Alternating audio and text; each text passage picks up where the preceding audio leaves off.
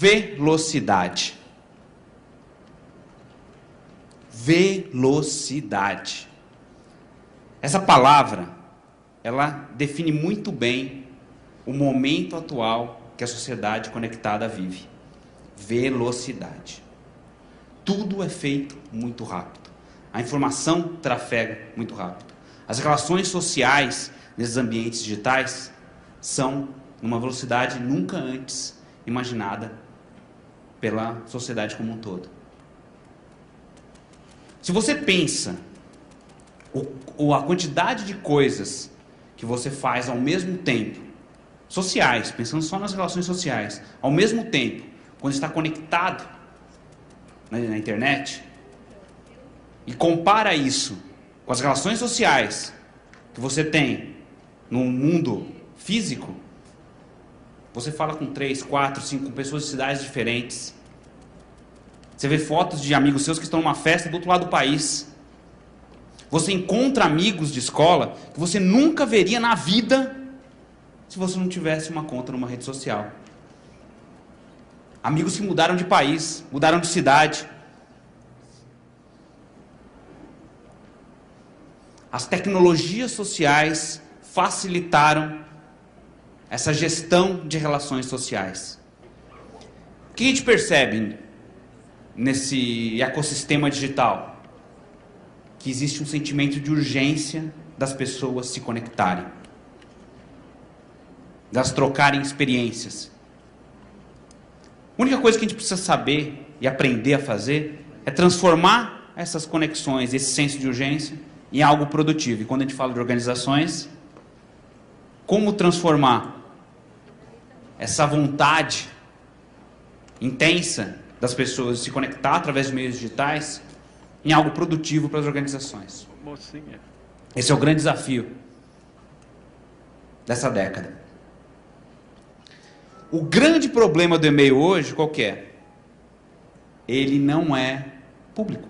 As informações que estão lá, elas não agregam valor à inteligência coletiva da empresa ou da organização.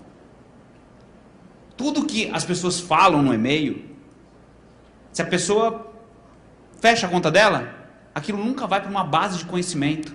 Aquela inteligência toda que trafegou entre as pessoas através do e-mail não ajudou a aumentar a inteligência coletiva da organização. E imagine quantos e-mails vocês trocam por dia.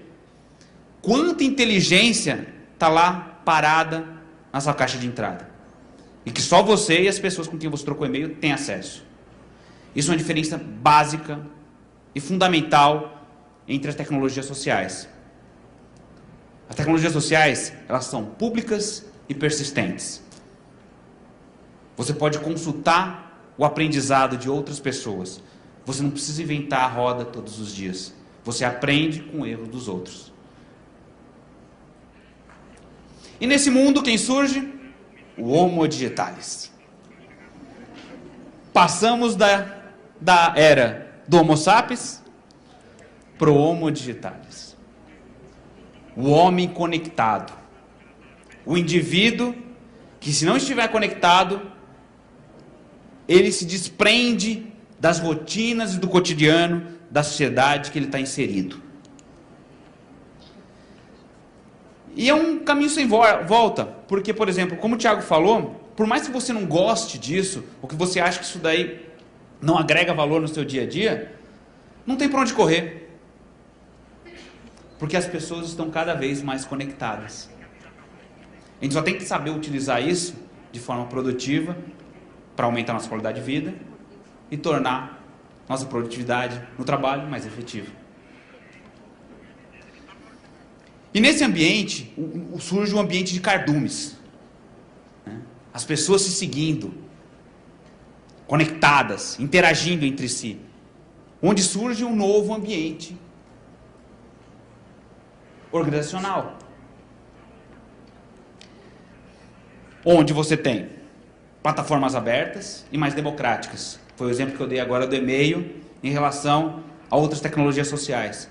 Imagine se você tem uma rede social interna e que você troca experiências dos projetos. Você tem grandes organizações baseadas em conhecimento que hoje Elas não reinventam a roda.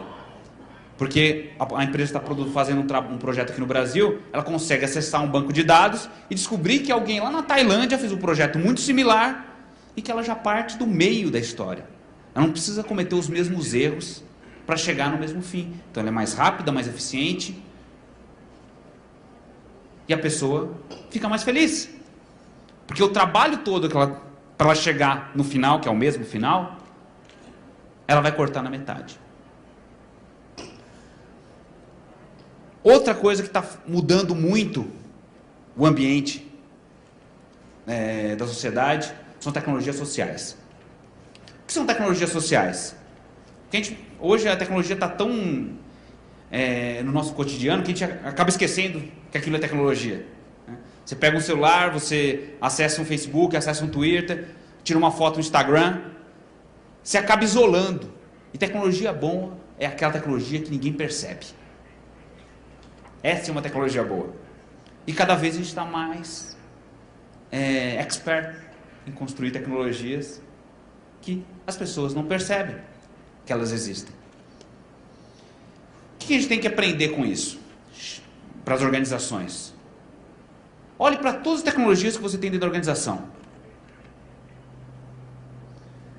Eu percebo a tecnologia? Se a resposta é sim, aquilo te dá trabalho, ou você tem que entender da tecnologia para executar uma função, tem uma coisa errada. Porque já existem tecnologias que desaparecem. As redes sociais são praticamente isso. Você não precisa aprender uma linguagem de computação para poder utilizar o Facebook. Tem um exemplo interessante que da minha mãe. Alguns anos atrás, minha irmã foi morar no Japão. E aí, ligação interurbana, é muito cara, né? Então minha mãe foi obrigada a aprender a utilizar o computador para poder falar via Skype com a minha irmã no Japão. No começo era emocionante ver ela utilizando. Ela pegava o mouse e empurrava assim o mouse. Ficava 3 horas para conseguir parar o mouse em cima do botãozinho ligar. Outro dia cheguei em casa, isso alguns meses atrás, ela estava lá no Facebook. Jogando o quê? Buraco online. E quando eu vou ver quem está na mesa, minhas tias. Falei, realmente a sociedade está mudando. A tecnologia se tornou tão simples ali que a minha mãe, que não tem embasamento nenhum tecnológico, consegue utilizar como se fosse algo do cotidiano dela. Inclusive, ela é a maior fã. Tudo que eu publico lá, ela é a primeira a curtir. Esse volume de conexões que surgem nesse ambiente digital, eu chamo de energia coletiva. E quanto mais você coloca insumos, mais você coloca lenha nessa fogueira de energia coletiva, maior a força que ela alcança. Maior o impacto. Porque existe aquele ditado: milhões de cabeças pensam melhor que algumas poucas. E isso vale muito para cá. E você tem grandes projetos baseados em redes não hierárquicas que produzem grandes resultados. Taxonomia versus folksonomia. O que é taxonomia? Categorização, né? Você criar categorias e colocar os conteúdos dentro de determinada categoria. Uma biblioteca é um exemplo clássico de taxonomia. Você tem a área de física, a área de história, a área de política, e aí vai. Alguém foi lá, definiu temas e depois distribuiu os livros nesses temas. Folksonomia é o trabalho contrário. Você joga todos os livros no chão e permite que as pessoas entrem na biblioteca, peguem o livro e coloquem o rótulo, a categoria que elas acham que aquele título pertence. O que acontece com o tempo? A maioria das pessoas que colocaram rótulos similares começa a emergir uma classificação natural. Já viram nuvem de tags na internet? A palavra fica grande, pequena, em blogs tem isso daí. O que é aquilo? Conforme o blogueiro vai construindo conteúdo, ele vai colocando rótulos naquele conteúdo. Com o tempo, os rótulos que são mais citados ficam maiores. E aí você localiza o conteúdo baseado nos rótulos que ele criou, não numa categoria que alguma entidade definiu. Então existe um caminho contrário. Os padrões nascem da colaboração, da definição do próprio usuário. Organizações não são prédios. A gente olha para a organização e pensa na organização como uma entidade, né? O que são organizações no fundo? São pessoas. E pessoas como? Interligadas por redes sociais. Não estou nem falando de redes sociais na internet. Redes sociais mesmo. Pessoas de uma área que trabalham juntos. É uma rede social. Quando você precisa pedir fazer uma solicitação para uma outra área, essa rede social está conectada. Então, no fundo, quando você precisa olhar para a estrutura da organização, você não pode olhar caixinhas. Você tem que olhar as pessoas que estão conectadas entre si.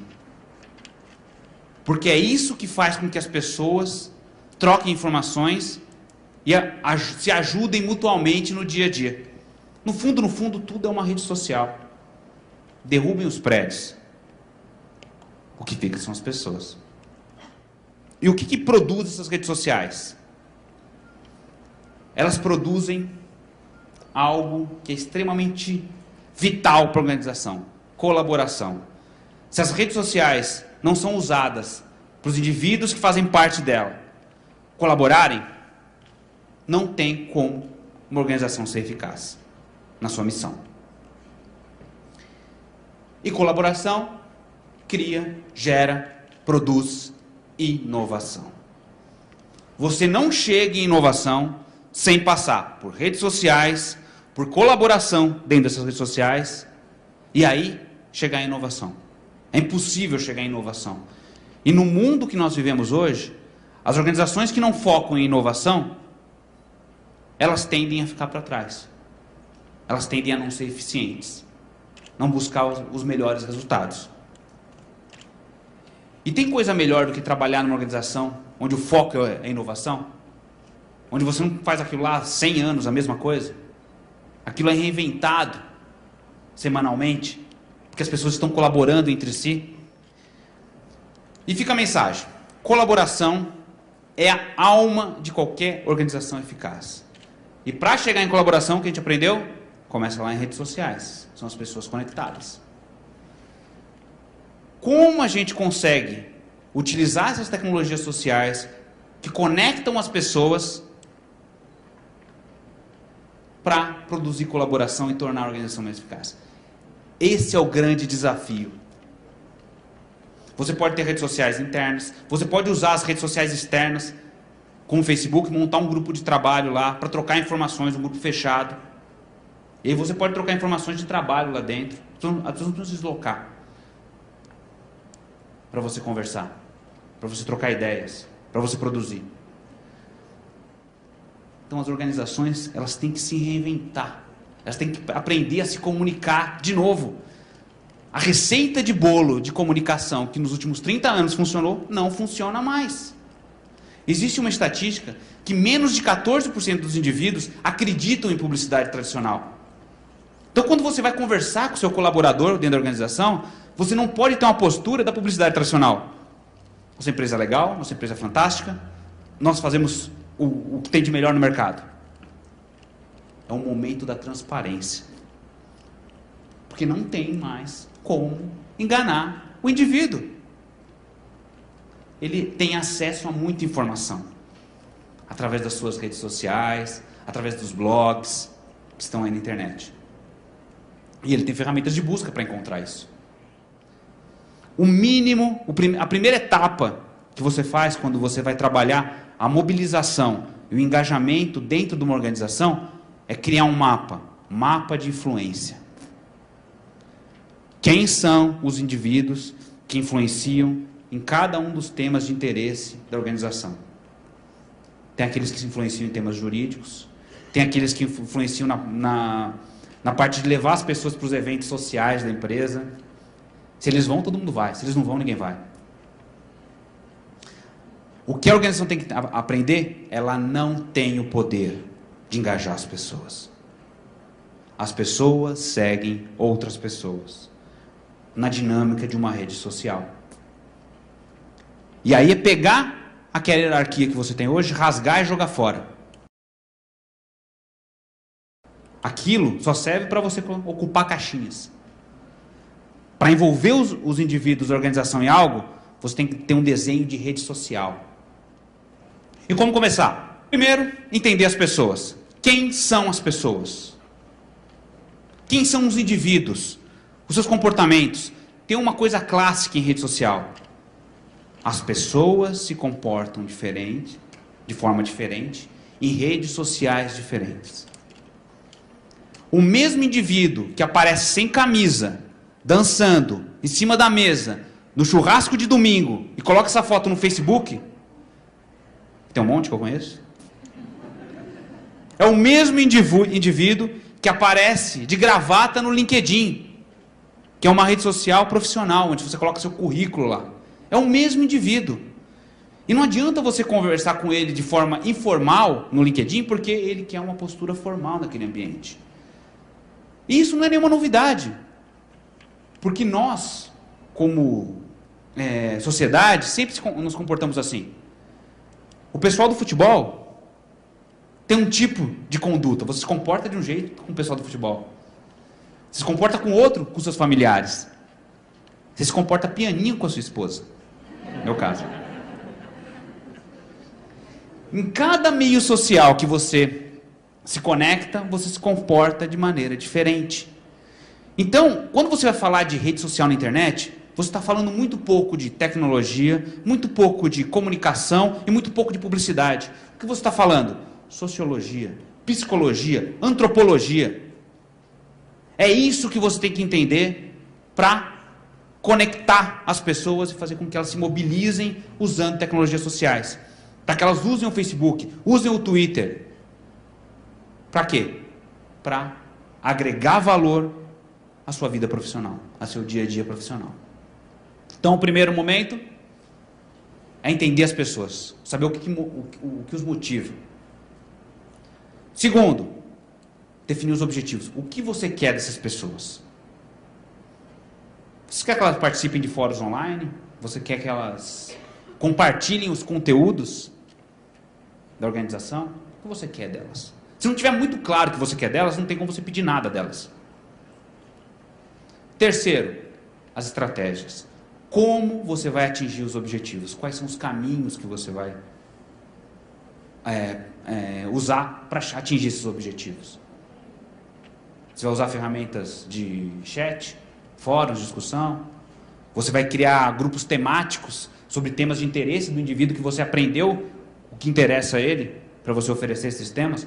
Não o que o diretor acha que é importante, mas sim o que realmente interessa os indivíduos. Senão a gente não vai conseguir mobilização.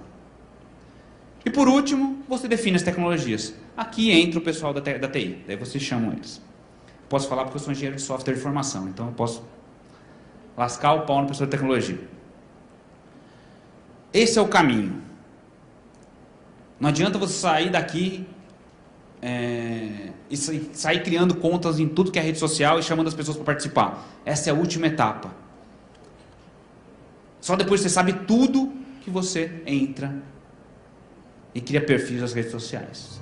Todos de pé? E aí vamos fazer aquilo que é a coisa mais gostosa dessa vida. Vamos abraçar quem está ao lado da gente. Vamos lá. Vou dar um abraço, Thiago.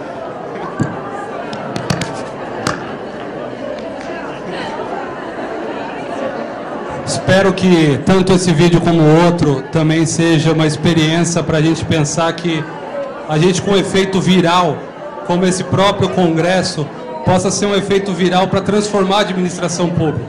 A gente não precisa só esperar os grandes líderes para fazer essa transformação. Nós podemos provocar e ver o que conseguimos tirar e melhorar dentro da nossa administração para produzir o melhor possível para os cidadãos e para nós mesmos. Agradeço a todos, um bom café da tarde e, pelo final, aproveito para esperá-los todos para a palestra. Valeu, Marcelo. Muito obrigado.